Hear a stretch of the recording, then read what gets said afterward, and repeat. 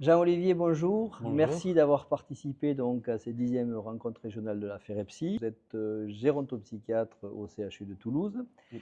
et aujourd'hui vous nous avez parlé du TDAH, un trouble déficitaire d'attention avec hyperactivité chez la personne âgée.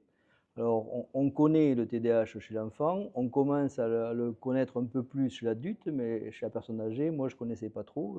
Ça existe chez la personne âgée alors? Et alors du coup, oui, ça existe chez la personne âgée. L'idée derrière ça, c'est que c'est un trouble qui est neurodéveloppemental, donc ça se développe durant l'enfance. En réalité, il y a des taux de...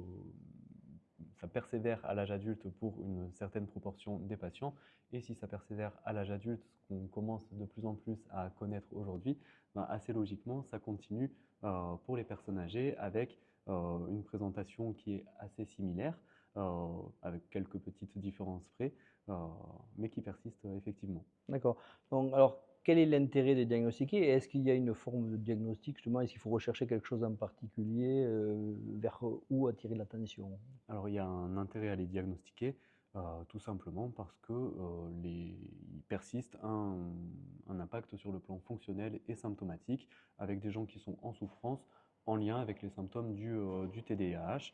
Et dans l'évolution avec l'âge un petit peu plus avancé chez les personnes âgées, il peut y avoir une mise en difficulté par rapport aux stratégies de coping, aux stratégies de défense, un peu par rapport aux différents symptômes qui se manifestaient à l'âge adulte.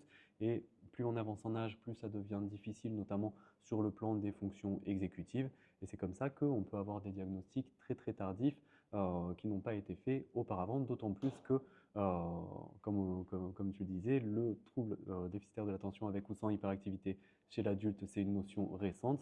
Nos patients âgés, ben, ils étaient nés depuis très longtemps et donc forcément, ils n'ont pas été diagnostiqués à une époque où ils auraient Ouais, pu l'être et ça s'ouvre aujourd'hui petit à petit au diagnostic pour eux.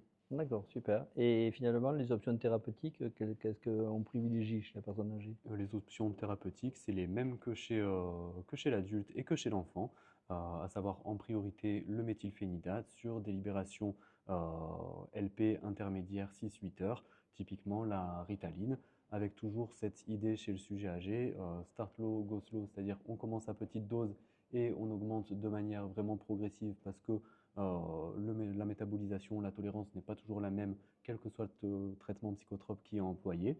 Néanmoins, il ne faut pas hésiter à y aller malgré tout et à rechercher la dose qui est efficace sur le plan symptomatique parce que véritablement sur les études qu'on a aujourd'hui, il y a un impact positif pour la majorité des patients dès lors qu'on le détecte et qu'on le traite. Parfait, c'était très clair. Merci beaucoup, Jean-Olivier. Merci beaucoup.